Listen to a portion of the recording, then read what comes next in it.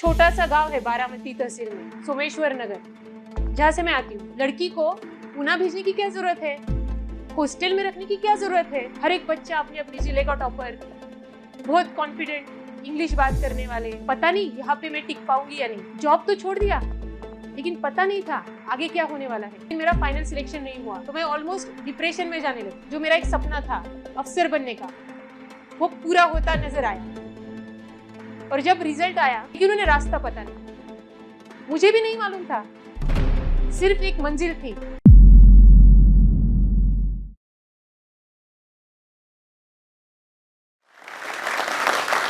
हाल ही में मुझे मेरे गांव में एक सेमिनार के लिए आमंत्रित किया गया था। वहां मुझे स्टूडेंट्स को मोटिवेशनल स्पीच देना था। वहां मेरी मुलाकात एक फैमिली से हुई। मुझे पता था कि उनकी लड़की अभी जस्ट 12th का एग्जाम दिया था। तो मैंने उनसे पूछा, क्या सोचा है आपने इसके आगे के कोर्स के बारे में, किस कोर्स के लिए एडमिशन लेने वाले हो।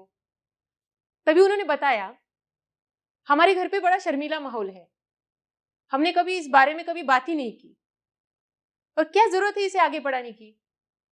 वो लाइन सुनकर मेरी आंखों के सामने मुझे मेरे लाइफ का पूरा फ्लैशबैक दिखा। जब मेरी माँ मुझे पढ़ाने की बातें किया करती थी तो उसे लोगों के ताने सुनना पड़ते थे। क्या जरूरत है लड़की को पढ़ाने की, है तो आखिर पराया धन ही ना। वैसे ही जब मेरे पापा मुझे शहर भेजने की बात किया करते थे पढ़ने के लिए, उन्हें भी समाज वालों ने यही कहा, क्या जरूरत है इसे पढ़ाई के लिए शहर भेजने की। जरूरत इसलिए है कि जरूरत के लिए तो हर कोई जीता है, लेकिन अपने सपनों को पाने के लिए जीना, ये भी एक अलग ही रास्ता है, जो मैंने तब चुना था और हर बार चुना। और इसीलिए एक बतौर आरटी ऑफिसर आज मैं आपके सामने खड़ी हूं। अपने सपनों को पाने के लिए जरूरत नहीं, सिर्फ और सिर्फ जोश चाहिए। नमस्ते, मैं हूं असिस्टेंट आरटीओ समरीन सैयद। बचपन से ही मेरे जिंदगी पर मेरे माँ का बहुत बड़ा प्रभाव रहा है।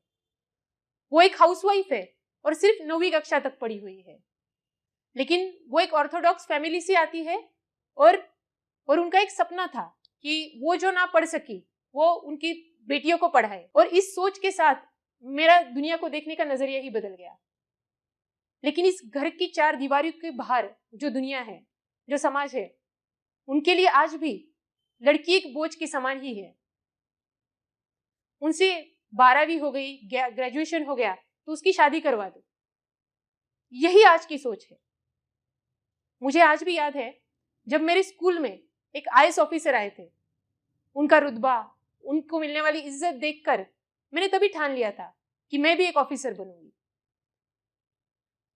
मैंने बहुत मेहनत की, बहुत किताबें पढ़ी, जो भी मिलता था वो पढ़ती थी।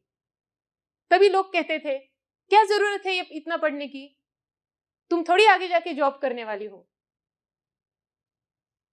तो मैं आपको एक बताती हूँ कि मैं एक बहुत ही छोटा सा गांव है बारामती तहसील में, सोमेश्वर नगर, जहां से मैं आती हूँ। मेरे पिताजी एक सादे किसान हैं और वहां से निकलकर 10वीं के बाद जब मैंने 11वीं के लिए बारामती जैसे बड़े शहर में एडमिशन लिया,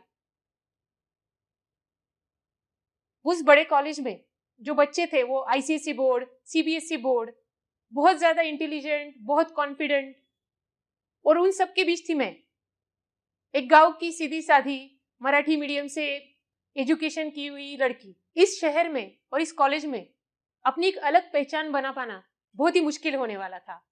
बहुत मेहनत की, दिन रात पढ़ाई करती थी। सुबह 5 बजे से जो ट्यूशन और क्लासेस स्टार्ट होती थी वो रात को 11 बजे तक चलती थी। और मेरी मेहनत और लगन देखकर मेरे जो सारे टीचर्स थे, उन्होंने मुझे बिना फीस के क्लासेस में एडमिशन दिया और उसका रिजल्ट मुझे बहुत अच्छा मिला। मैं 12वीं में बारामती तहसील से टॉपर स्टूडेंट थी। मुझे महाराष्ट्र गवर्नमेंट का कल्पना चावला अवार्ड भी मिला। और उसी के साथ मुझे जो महाराष्ट्र के बच्चों का सपना होता है, टॉप का engineering college, college of engineering Pune, वहां पे एडमिशन भी मिला। It was like dream come true for me. लेकिन वही मेरे रिश्तेदार, मेरे आस पड़ोस वाले, मेरे समाज वाले, वो कहने लगे, लड़की को पुणे भेजने की क्या जरूरत है, हॉस्टल में रखने की क्या जरूरत है, यहीं पे कोई कोर्स करवा लो, यहीं पे कर लेगी वो जॉब अगर करना है तो। लेकिन तब मेरे माता पिता ने मुझे बड़ा सपोर्ट किया। गवर्नमेंट कॉलेज की फीस वैसे तो बहुत कम होती है, लेकिन वो फीस भरने के लिए भी मेरे पिताजी को उनके दोस्तों से उधार लेना पड़ा और उस फीस का इंतजाम करना पड़ा। मेरे जैसे गांव से आने वाली लड़की के लिए पुणे जैसा बड़ा शहर, बड़ी बड़ी इमारतें, बड़े बड़े कॉलेजेस और इतने बड़े बड़े नई नई गाड़ियां, ये सब कुछ एक सपने के जैसा था। लेकिन इसका आगे तो चैलेंज बहुत ही अलग था।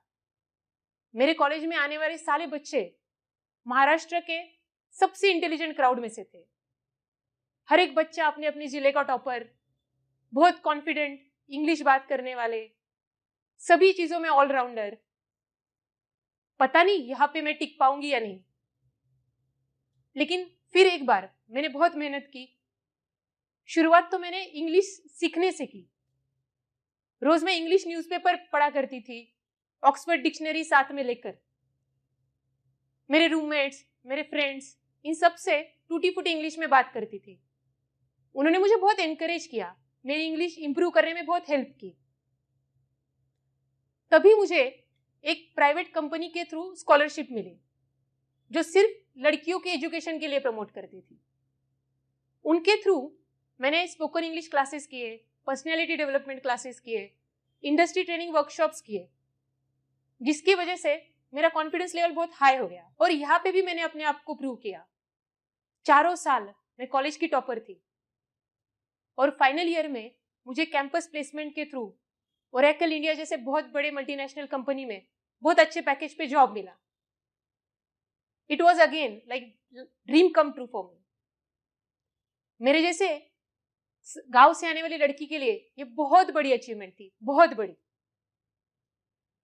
इस जॉब से मेरी सारी जरूरतें पूरी होने वाली थी। मेरी जो फैमिली रिस्पॉन्सिबिलिटी है वो मैं पूरी करने वाली थी। मेरे छोटे भाई बहन, उनका एजुकेशन कंप्लीट करना और एक फाइनेंशियल स्टेबिलिटी देना, ये बहुत बड़ा रोल इस जॉब प्ले करने वाला था। लेकिन मैं अगर वही रुक जाती तो इस जोश टॉक्स के मंच पे आपके सामने नहीं खड़ी होती थी। इस जॉब से मेरी सारी जरूरतें तो पूरी हो रही थी, लेकिन जरूरतों के लिए तो मैंने इतनी फाइट नहीं मारी थी। मेरी फाइट थी मेरे सपनों के लिए। मेरी फाइट थी जिंदगी में कुछ एक अलग पहचान बनाने के लिए। तभी मुझे याद आया मेरा सबसे पहला सपना ऑफिसर बनने का, जो मैंने लोगों के क्या जरूरत है के कारण बंद करके रख दिया था। इसके बाद 2 साल मैंने आईटी कंपनी में जॉब किया और उसी के साथ मैंने यूपीएससी सिविल सर्विसेज का प्रिपरेशन भी किया। लेकिन मेरी बहुत खींचातानी होने लगी। वर्क का प्रेशर, पढ़ाई का प्रेशर, वो दोनों हैंडल करना बड़ा मुश्किल होने वाला था। तभी मैंने घर वालों की मर्जी के खिलाफ जाकर जॉब छोड़ने का डिसीजन लिया और पूरा फुल टाइम सिर्फ और सिर्फ यूपीएससी प्रिपरेशन के लिए देने का निश्चय किया। तब भी लोगों ने कहा, क्या जरूरत है ऐसा पागलपन करने की, सब कुछ तो अच्छा चल रहा था। लेकिन मुझे अपने सपने पूरे करने थे। इसके आगे की जो जर्नी है वो इतनी आसान नहीं थी। अब तक तो मैंने सिर्फ कामयाबी देखी थी, लेकिन इसके आगे का जो सफर था वो पूरा नाकामयाबियों से भरा हुआ था। जॉब तो छोड़ दिया, लेकिन पता नहीं था आगे क्या होने वाला है।